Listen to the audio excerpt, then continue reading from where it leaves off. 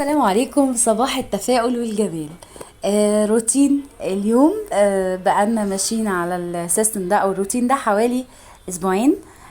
لازم فنجان القهوة زي ما انا قلت لكم، اللي انا بشربه اول ما بصحى الصبح الساعة 7. احنا بنصحى الساعة 5:30. نحاول ان احنا نصلي الفجر، بنبقى متأخرين. وببتدي بقى اجهز اللانش بوكس للبنوتي. احنا دلوقتي هي لابسه مستنيين الباص. مشرفة الباص اتصل وهي اتصلت، نزلت ركبتها وابتديت انا اركب بقى عشان اروح شغلي واروح مدرستي.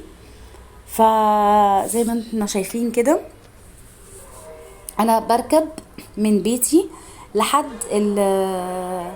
الموقف اللي هو المفروض الباص بقى بتاعنا بيجي ياخدني منه. فباخد بس حته صغنطوطه تمشيه والمشي على فكره يعني روتين حلو قوي قوي قوي وبيخسس. وطبعا انا خسيت جدا ومش محتاجه ان انا اخس اكتر، بس اهو نشاط وحيويه. هنا بقى كنت وصلت للمكان اللي احنا بنتجمع المفروض فيه. هي حته صغنونه اللي بمشيها.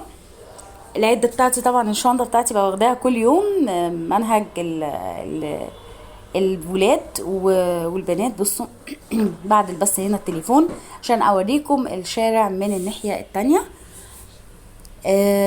الصبح الحاجة بتبقى مش زحمة، الشوارع هادية جدا. تحس ان انت عارف تمشي. اهو انا بقى هروح بقى ايه للمبنى اللي هناك ده خالص. وابتدي بعد المشاريع دي وابتدي استنى الباص لحد ما يجي ياخدني يوديني لحد المدرسة. برضو هنا كنت قربت شوية ولقيت فعلا بقى مجموعة الزمايل أصدقائنا مستنيين عند نفس المكان اللي احنا هنركب منه. هنا بقى كنت خلاص بقول لكم ان انا وصلت المكان. وما خسيتش ولا حاجة، بس كنت مرهقة جدا ومكنتش عارفة اتكلم. اهو المكان اهو زي ما انتم شايفين، ده المكان الالتقاء والتجمع. المفروض بقى ان انا هقف استنى الباص لحد ما يجي شوية، هو بيتأخر علينا. اهو جه. ابتدينا بقى هنا نركب كلنا واحدة ورا التانية. ركبنا وانا ركبت طبعا. وبعد كده قفلنا الباب وابتدينا الحمد لله ان احنا نستنى زمايلنا اللي اخرونا شوية. والحمد لله ابتدينا طلعنا. هو بقى رايح بينا على المدرسة. انا كان نفسي بجد اوريكم اليوم كامل في المدرسة، بس بجد فعلا كان عندنا شغل.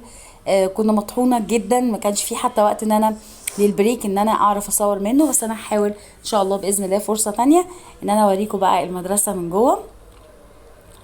هنا المشوار جميل جدا. اغلب الطريق ده بيبقى كله فيلل، وبيبقى كله البيوت اللي هي بتبقى مكونة من طابق او اتنين بس فقط لا غير، او 3 طوابق. ما بيبقاش فيها عماير عالية زي ما احنا شايفين. داخلين على مدرسة مشهورة اسمها شهداء الثورة.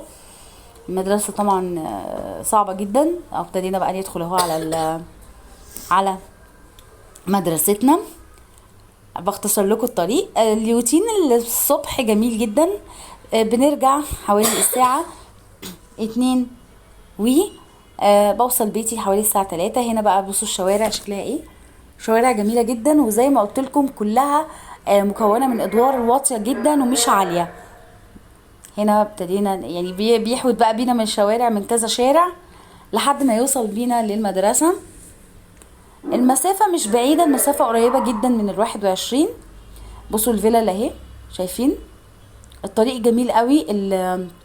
البلوكات بتاعت العماير حلوة جدا، بتاعت قصدي البيوت. الطوب اللي هو الكبير ده حلو جدا. حتى المحلات دي بتبقى فاتحة الساعة 10 بالليل و8 بالليل. يعني كل المكان